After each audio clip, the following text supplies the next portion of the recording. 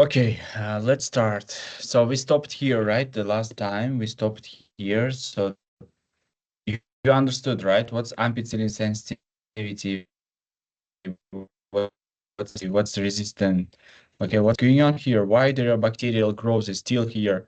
Why this antibiotic is not working? Who can answer me?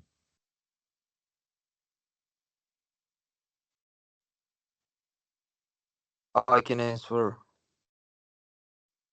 Okay, how?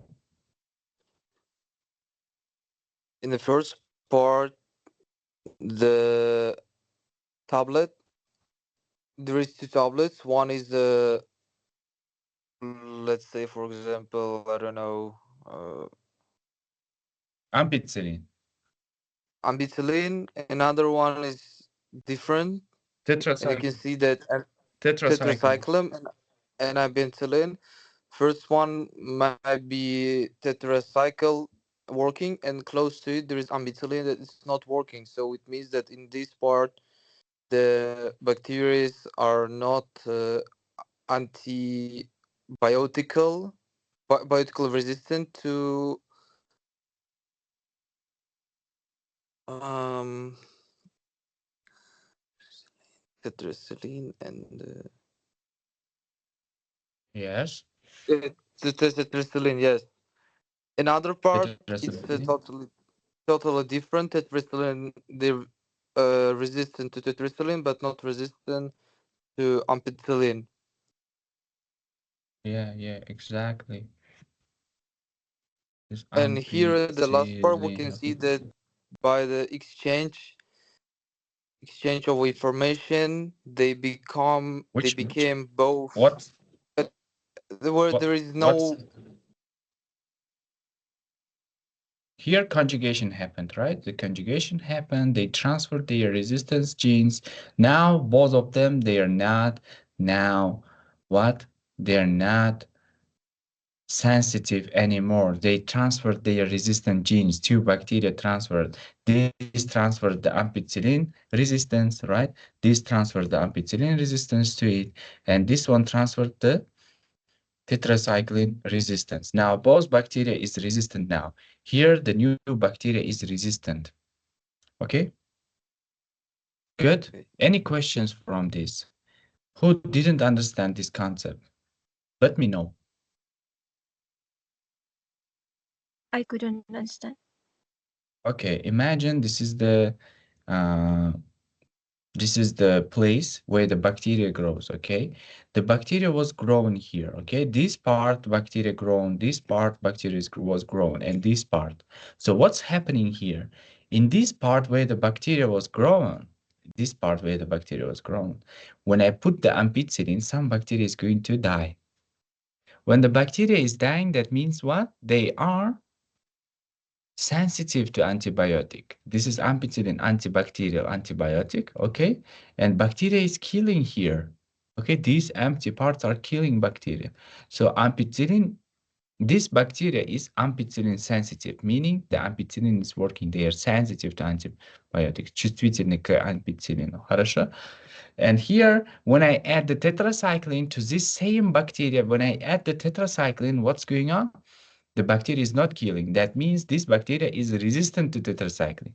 This bacteria has tetracycline resistant plasmid. Okay. Mm. But Mhm. here, when I add tetracycline to these types of the bacteria, they are killing. But if I add the ampicillin, they are not killing. They are resistant. So after one day, I put here a tablet, any tablet. I can put the ampicillin, I can put the tetracycline, but no bacteria is killing here. Why? Because it is resistant. They changed their resistant plasmids. That one was ampicillin resistant bacteria gave its plasmid to tetracycline resistant bacteria, and tetracycline resistant bacteria gave its tetracycline resistance to ampicillin resistant one. So they changed the information. Now antibiotics is working here.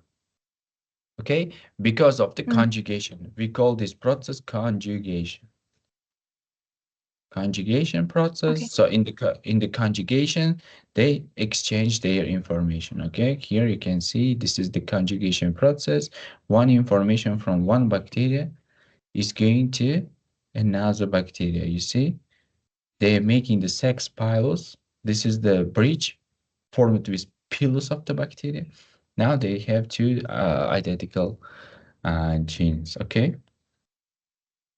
So this was conjugation. The new strain of the bacteria was formed. Okay, let's discuss here. What are the obligate aerobes? What are the anaerobes? What's facultative anaerobes? What do you think?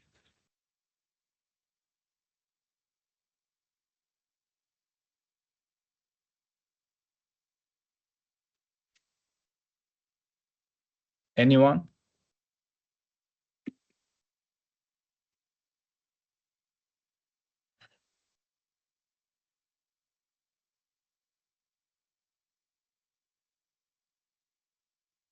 Guys, be active. Be active. What do you think? What do you think? What's obligate aerobes? First of all, okay. Aftertrophs. What are the aftertrophs and what are the heterotrophs? Okay, let's discuss aftertrophs, heterotrophs. So aftertrophs mean make their food oven. Okay, they aftertrophs means that make their oven food. Okay, make their oven food. Aftertrophs make their oven food. Okay. So, for example, the cyanobacteria, they perform the photosynthesis, okay? Just like plants, they use the sunlight to convert carbon dioxide and water, okay, into glucose. You know what's glucose? Okay, and oxygen. So for this, they need the sunlight. They need the sunlight. They do the photosynthesis. This is the formula of photosynthesis. That's what the cyanobacteria is going to do, okay? So what are the heterotrophs? Heterotrophs, they get nutrients by consuming other organisms or organic compounds, okay? Most bacteria are heterotrophs. Least bacteria, very little amount of the bacteria are autotrophs, okay? A lot of bacteria, they consume other organisms, okay? So most bacteria are heterotrophs. Don't forget, the heterotrophs get their nutrition from other organisms, okay? So we have the obligate aerobes, we have obligate anaerobes, and we have the facultative anaerobes. What are they? Okay, so obligate aerobes means they need oxygen. They use the aerobic respiration to make the energy, okay? That's aerobic means they use oxygen. Anaerobic means without the oxygen. They use the fermentation or anaerobic respiration, okay? Good. So obligate aerobes means here you can see the obligate aerobes. They love oxygen. They need oxygen for the energy production. They grow, if you put it to the pravirka, if you put those bacteria into the pravirka, they grow only at the top of the tube. If you put them to the tube, they're going to grow only at the top. Why? Why do you think they are at the top? They grow only at the top?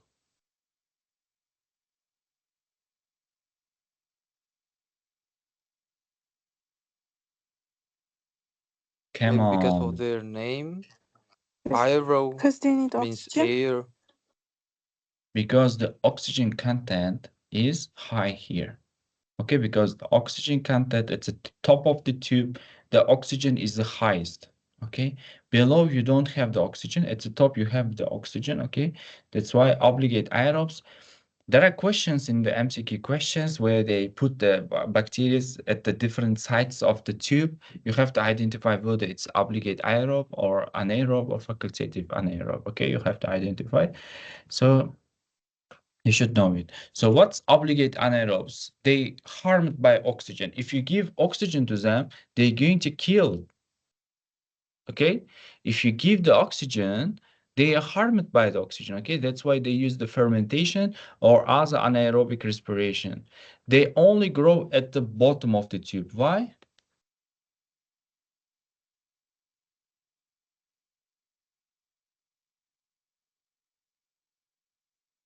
Why do you think they Because grow at the bottom? oxygen kills them. No oxygen Like below. Yes, before. there is no oxygen here below. There is oxygen at the above, right? At the top there is oxygen. They kill it by the oxygen. That's why they are at the bottom, okay? So what's facultative anaerobes? What do you think? Any ideas for the facultative anaerobic organisms?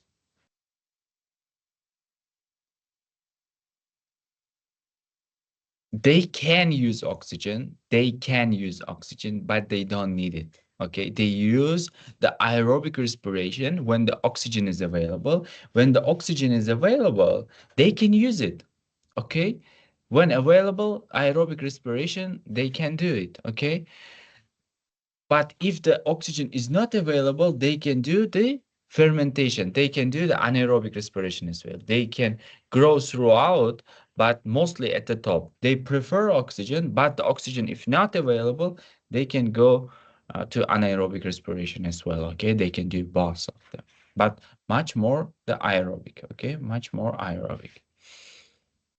So let's recap. Obligate aerobes, bacteria is clustered at the top. They need oxygen to survive. Obligate anaerobes, they gather at the bottom. Oxygen is toxic to them. Okay, they are at the bottom. Facultative anaerobes means they spread throughout the test tube but concentrated at the top. They prefer oxygen but can live also without it. Okay, good. Okay. Yeah. Understood? Yeah. Yes. So obligate aerobes need oxygen. Anaerobes die with oxygen. Facultative, flexible. They prefer oxygen, but okay without them also. Good. Cyanobacteria, they are autotrophic, they are photosynthetic, they do photosynthesis, cyanobacteria. Okay. Good. Any questions so far?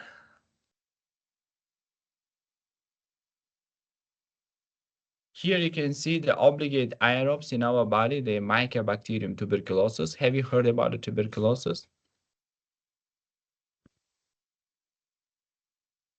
Yes. What are they? In the brain? No, no, no, no. Tuberculosis demiş gelmişiz. In the lungs. Yeah. Дыхательные проблемы. Tushunmadim, Легкие. o'zbekcha gapirdingizmi hozir? Ruscha. Hozir nima dedingiz, eshitmadim. What did you say, что вы говорите? In lungs. Это болезнь легких. Yes, they love lungs. They love lungs. Why they love lungs?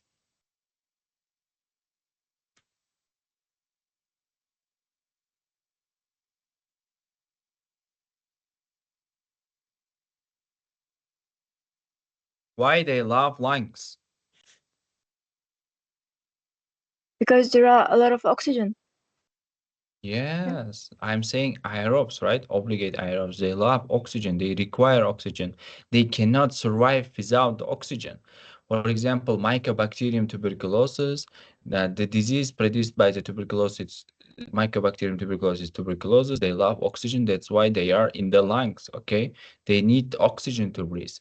To the obligate anaerobes, they kill it by the oxygen. They can only survive in the oxygen-free environments. Okay, for example, Clostridium botulinum. Have you heard about botulinum?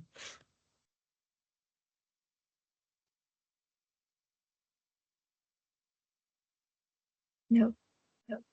This is the food poisoning, отравление from the botulinum. They infect in your digestive tract. Okay, they cause the botulism. Okay, this is the food poisoning. That's why they are lived in your guts. Okay, пищеварительная система in your guts where the oxygen is not available. Okay, so facultative anaerobes is prefer oxygen but can live without the oxygen as well. They use the oxygen when available, switch to the fermentation when it's not available. Okay, for example, E. coli. Okay, E. coli. You heard about the E. coli many times, right? Escherichia coli, their gut infections, okay, or urinary tract infections, they live there. They are facultative anaerobes, Okay.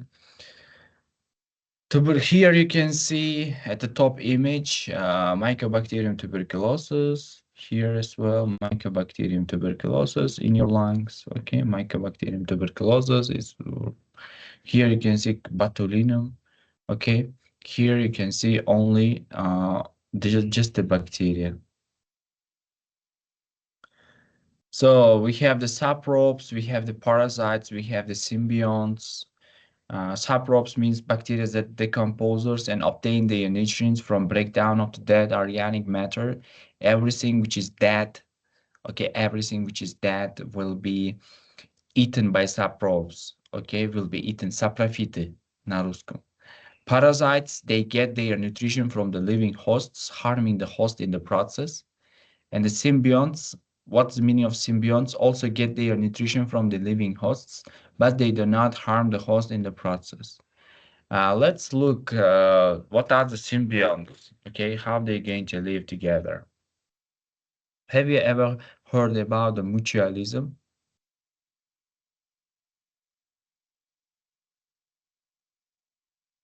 No. No. Mutualism, no? Mutualism means getting both of the organisms are going to get the benefit from each other. Okay, for example, in my gut, in my digestive system, I have a bacteria which is called E. coli. Okay, I have a bacteria which is called E. coli. What E. coli does, E. coli, um, it's going to produce me vitamin K. In return, I'm going to give a food for it for survival. Okay. So symbiosis means a close ecological relationship between organisms of different species. It can benefit or they can harm or have no effect on the organisms which are involved. Okay. So mutualism means both is getting the benefit. Example, humans and the gut bacteria. Bacteria help to digest food and produce vitamins. For example, E. coli is going to digest our food in our gut and they're going to produce vitamin K for us. But in return, we are going to give them a safe place to live. We are giving a safe place our guts in return, okay? And we are giving them the nutrients. This is called the mutualism, okay? So what's commensalism? Commensalism, one is getting benefit, one organism is getting benefit, but the other is not harmed or helped here, okay? Example, cattle aggregates.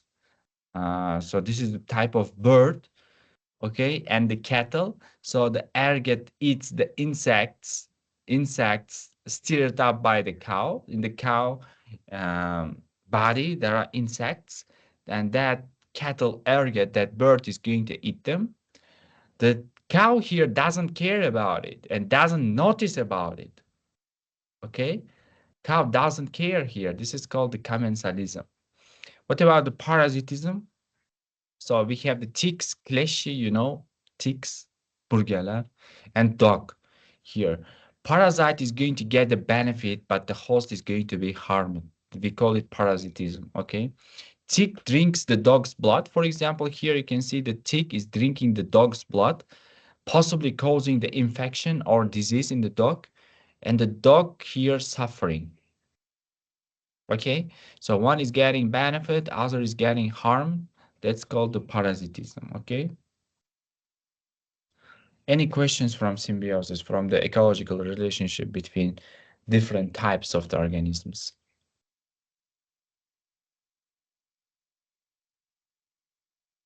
No.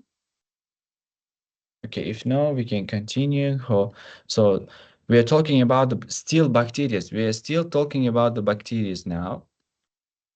So what are the bacteria actually? Here we have different types of the bacteria. First of all, you can see here a lot of types of the bacteria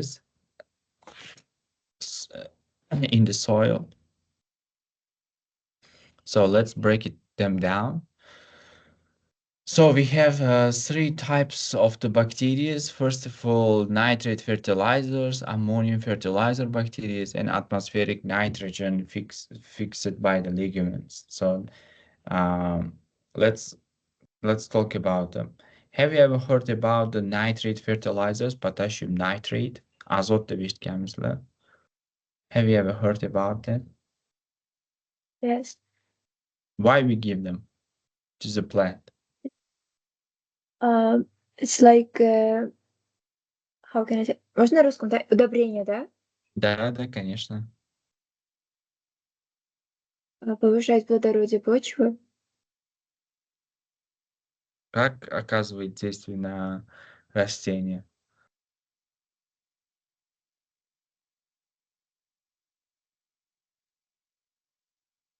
Азот оставляет. How nitrogen is affecting to the plant? It is increasing its growth. Okay, the plant is going to grow with nitrogen. Okay, so here you can see the nitrogen. What's the which biomolecule contains the nitrogen?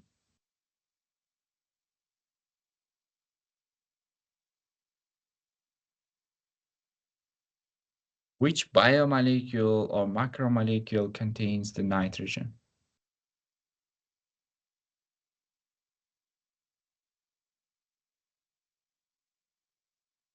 Proteins.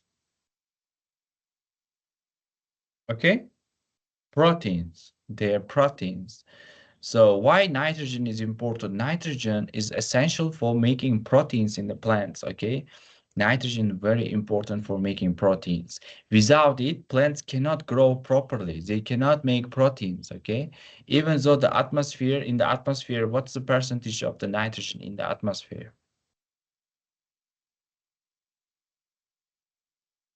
What is the percentage of nitrogen gas in the atmosphere?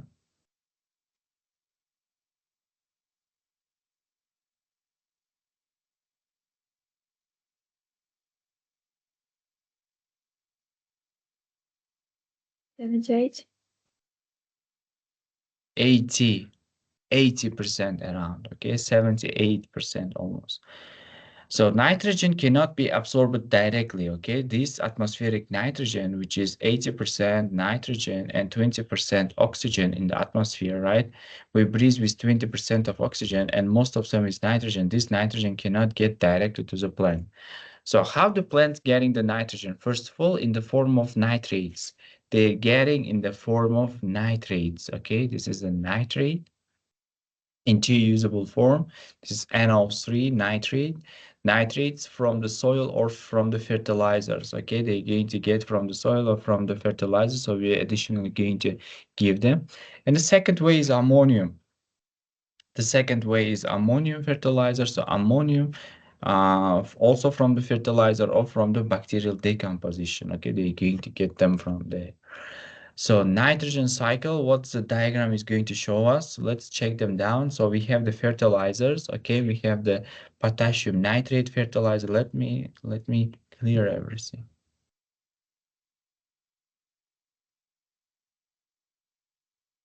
I have the potassium nitrate fertilizer, okay? This is the potassium nitrate fertilizer. This is the ammonium phosphate fertilizer, okay? And atmospheric nitrogen is going to convert it by the legumes. You know what's legumes?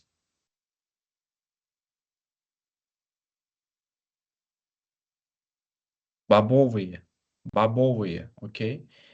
Dukkakli mahsulotlar, legumes. In the legumes, in the root of the legumes, in the root of them, they have special bacteria, okay, which convert the atmospheric nitrogen, that converts atmospheric nitrogen into organic nitrogen, into the soil form, okay? And we have the soil organic nitrogen. What is it? Soil organic nitrogen that comes from the plant residues, okay? Some plants are going to die. Here you can see some plant is going to die, and that died plant is going to release the nitrogen. And this nitrogen is going to become the organic nitrogen. Okay, they're going to become the soil organic nitrogen. This decomposes into the ammonium later. Okay, this soil nitrogen is going to decompose again into the ammonium nitrogen like that. That ammonium you can give it directly, but you can get this ammonium nitrogen from the dead plant residues, okay? So what's ammonification? Ammonification means that soil organic nitrogen is becoming the ammonium nitrogen now. Organic nitrogen becoming just ammonium. This is called ammonification. And this is done by ammonifying bacteria. This is done by ammonifying bacteria. Without bacteria, it's not going to happen. So in the soil, we have the bacteria as well. What is nitrification? So nitrification, this ammonium nitrogen this ammonium is going to become the nitrate. They're going to become nitrate. This is done by a nitrifying bacteria. This is done by nitrifying bacteria.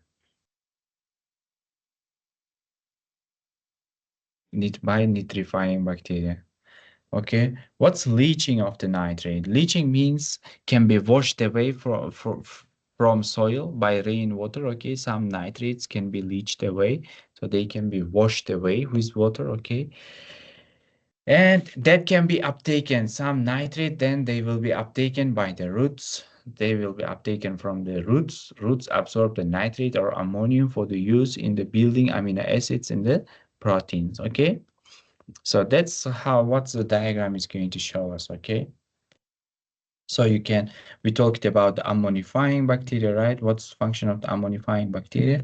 So soil organic nitrogen is going to become the ammonium with ammonification with ammonifying bacteria, okay? So nitrogen fixing bacteria, what's nitrogen fixing bacteria? Here you can see nitrogen fixing bacteria as well. What's the function of nitrogen fixing bacteria? The nitrogen is going to atmospheric nitrogen is going to become the nitrate. Okay, this is called nitrogen fixation. So atmospheric nitrogen becomes ammonium or nitrate. Okay, they can be both ammonium, they can be the nitrates later. Leaching, that means the nitrates is losing from the soil. Any questions, guys, so far?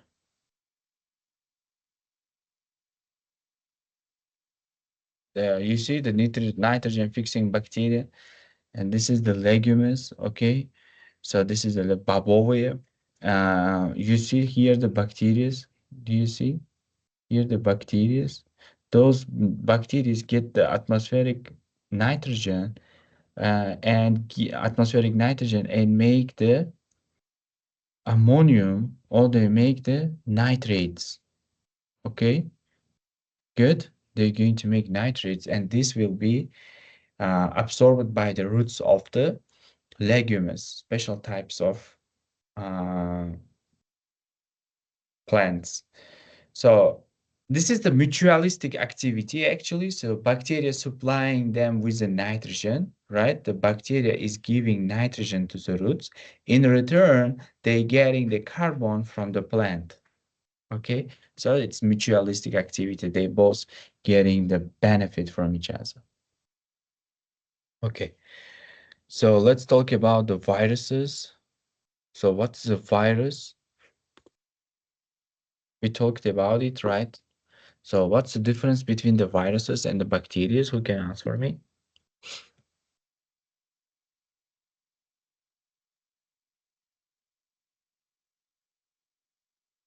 Anyone?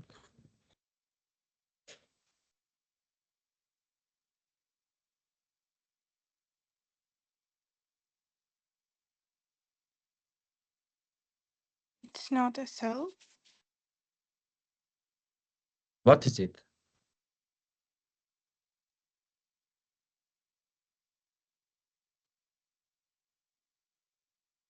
If someone asks you what's a virus, you will answer it's not a cell, right? Viruses are Okay. much harmful than bacteria. A virus is not a cell, right? She's right. So that I guess answered. It's not a cell and is not technically alive, okay? And it cannot reproduce on its own. It must infect the host cell. It must get into the host cell. Without the host cell, they cannot function or they cannot reproduce, okay? So what's the structure? What's the structure? So genetic material, they can be both, they can be the DNA, they can be RNA, we don't know, okay? So if it's hepatitis B, for example, it's DNA virus, it's hepatitis C, it's RNA virus, it's coronavirus, it's RNA virus. So it contains the RNA. So a lot of types of the viruses, okay? It has a capsid. This is the protein capsid. This from the outer layer. We talked about the capsids, right? So capsid, this is the protein shell that protects the genome. It's protein capsid, okay? They they protect this genome, that information, okay? So they have the surface proteins, okay? They have the surface proteins. This is from made from the capsid. They have the envelope, okay? Here you can see the envelope from the outer source. They have the surface proteins. Those are the surface proteins. You know why they need those surface proteins?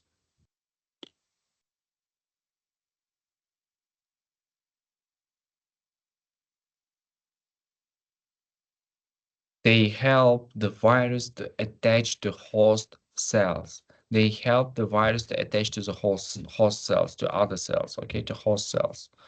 Good. So not all viruses have the envelope. Not all of them have the capsid. Okay, not all of them have an envelope. Uh, Here you can see with the envelope, and below the envelope you see the capsid. Okay, so this is the envelope here, but there is no envelope in this virus.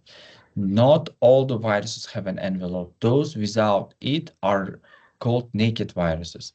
This is the naked virus. Naked virus. Okay, naked virus. So this one has an envelope. You know what's the function of the envelope?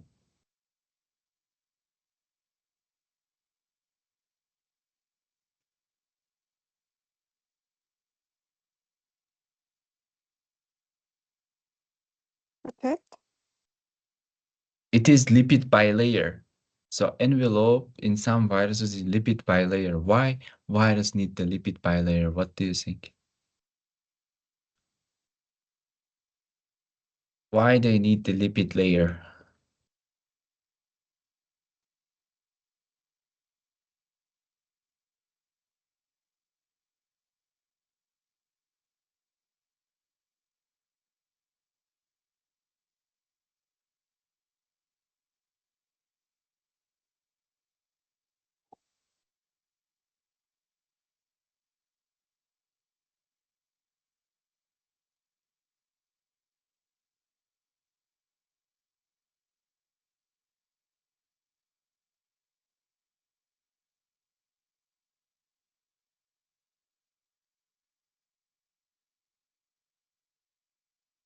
To enter to the cell.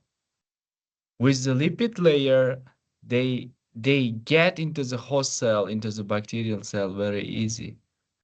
Okay, help with the entry into the. It's like a face ID for them. Okay, they can pass very easy. So viruses have the genetic material. They have the DNA or RNA. They can also evolve and the subject into the natural selection as well. They self-assemble into the complete virus particles. So they can, if you break them down, they can form themselves again. Okay, they don't have the cellular structure. They don't have the ribosomes. Okay, they don't have the metabolism. They only require the host to replicate. Okay, they used only host's enzymes and host's machinery to survive. Okay, no cells. They need a host. No metabolism. They indirectly through the infection side. They respond to the environment with the infection cycles. So, as you can see here, this is a human host. This is the human cell. What they're going to do? Viruses attach, enter, and inject their genetic material into the host cell. Okay, they're injecting their genetic information into host cell. Then they uh, kill the cell to make many new viruses, or they like insert into the cell. They inject their genetic information and divide by protein synthesis. They use our machinery, okay? So viruses, they are infectious agents, not living organisms. They are like biological USB drivers. They are biological USB drivers. You know what's the meaning of it?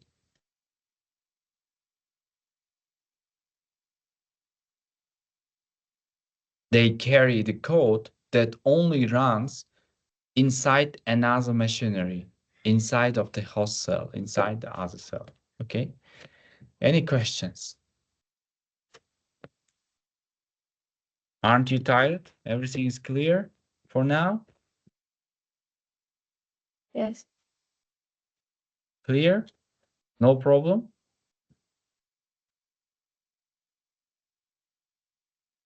Okay. So virus reproduction, how the virus is going to reproduce actually.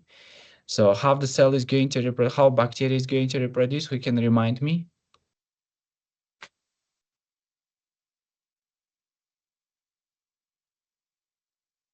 How bacteria is reproducing?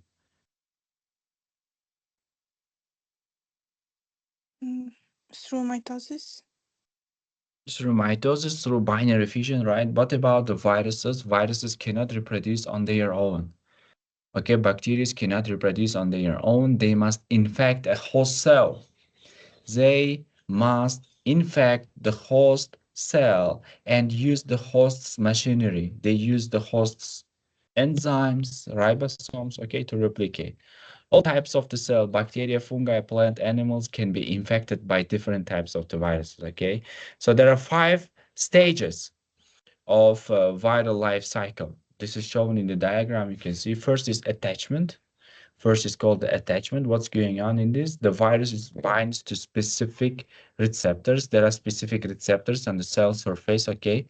So this determines which cells it can infect, okay, host specifically. So we know this virus is infecting to the liver. This is called hepatitis. We know this virus infecting to the lungs. It only targets to the receptor of the lungs. It's coronavirus, okay? It's very simple. So attaching to the receptors, then it's going to enter inside. The virus enters to the host cell, okay? Entering to the host cell, the capsid comes apart, releasing viral DNA.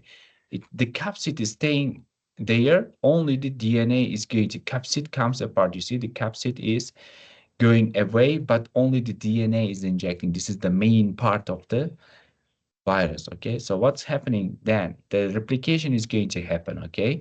The viral genome is copied. You see, the viral genome is copied. It's reproduced many times. Copied, okay? Viral genes are expressed using the host's ribosomes to make viral proteins. So you see, these are the viral proteins. This is the host ribosome. The host ribosome, what's the function of the ribosome?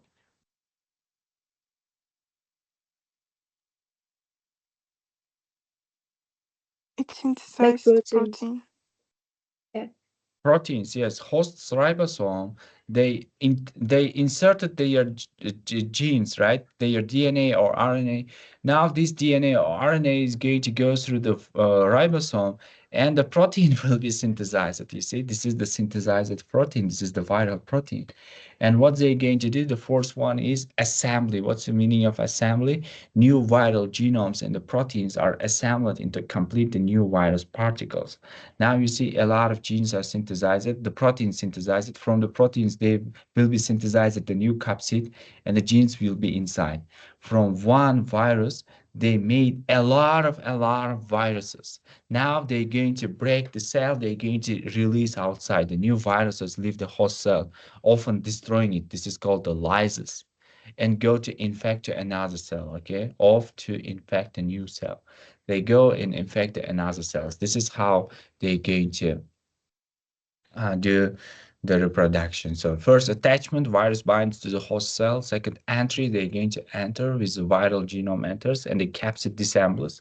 Capsid yok olup ketadi, it disappears, okay?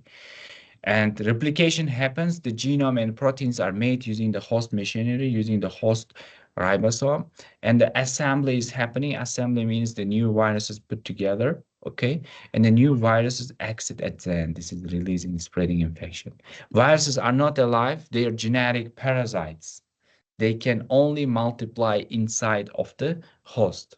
Don't forget this, okay? Any questions from this?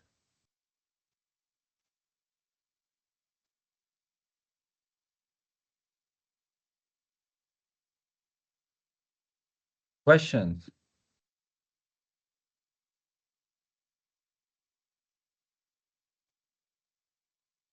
Hello? No questions. I get no questions.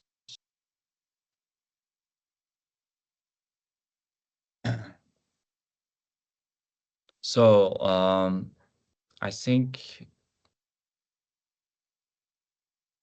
Munisa asked me about the lytic and lysogenic cycle, right? So phage infection starting point. First of all, the phage is attaching to the bacterium. Okay, this is the phage. This is the bacteriophage. This is the bacterial virus. It's attaching to the bacteria. You see, this is attaching to the bacterium. And what's going to do? It's injecting its DNA. Can you see the DNA? It's injecting. It is DNA. Okay, a viral DNA may be one or two passes. This can be lytic or lysogenic. Let's talk about the lytic cycle first. So virus injects its DNA, okay, into the host bacterium. The DNA takes over. So host machinery cell is hijacked. So it's inside of the host. You see, this is this bacterial DNA. This is the viral DNA now. So what's going to happen then? The replication is going to happen. Okay, it's going to multiply, it's going to increase. The virus makes many copies of the DNA. It's making a lot of copies of the DNA and proteins. And it's assembling, again, the new viruses will be made from these uh, DNA molecules, from that injected molecules, because it's replicating. And then what's going to happen? The cell is going to lyse, host cell bursts, okay, bacterial cell bursts open, releasing the new phages, releasing the new viruses outside. Result, what's going to happen at the end? The host cell is dying, the bacteria is dying, the new viruses go on to infect another cells, okay? These this virus, again, one of them will go and infect, that will continue, okay? So what's lysogenic? This is the silent. This means silent. So viral DNA integrates. Here you can see viral DNA integrates. The cell is going to divide, okay? It copies both its DNA and prophage DNA. So this is the in the lysogenic cycle, the phage DNA, you see, this DNA, what's going to happen? Integrates into the bacterial chromosome. It's getting into bacterial chromosome, okay? Becoming a prophage. This is called now a prophage DNA, okay? This is the silent infection. No viruses are made here, but every new cell carries the viral DNA, okay? Every new cell, because it's multiplying into two, bacteria is doing what? Binary fission. It's dividing into two, right? Every time it contains the viral infection, okay? The bacterium produces normally, copying the prophage and transmitting it to the other cells. So many new cell divisions produce large populations of the bacteria. Okay, certain conditions, what's going to happen? This is the reactivation. Certain conditions, for example, certain conditions like stress or cold can cause the prophage to exit the chromosome and enter the lytic cycle. Okay, enter into the lytic cycle. What's going to happen? This prophage then goes to the lytic cycle, bursts the cell, and you will see the source road here. You see the cold source. You see, this is cold source. Whenever you're afraid, whenever you're stressed, it's going to come up because it's in the lysogenic cycle. This is the Herpes simplex virus type 1 strand. Whenever you're afraid and stressed, the cells which are in lysogenic cycle, which is in the silent cycle, are going to release and they're going to show up. This is the lysogenic cycle explanation. I just explained to you. This is the lytic cycle explanation. This is the animal viruses. I think you understood. A few slides left. Maybe we'll finish it during the revision class. Okay, we will have next week a revision class. So next week you're having an exam. Do you know about it? 23rd, Yes. 23rd of May, yes?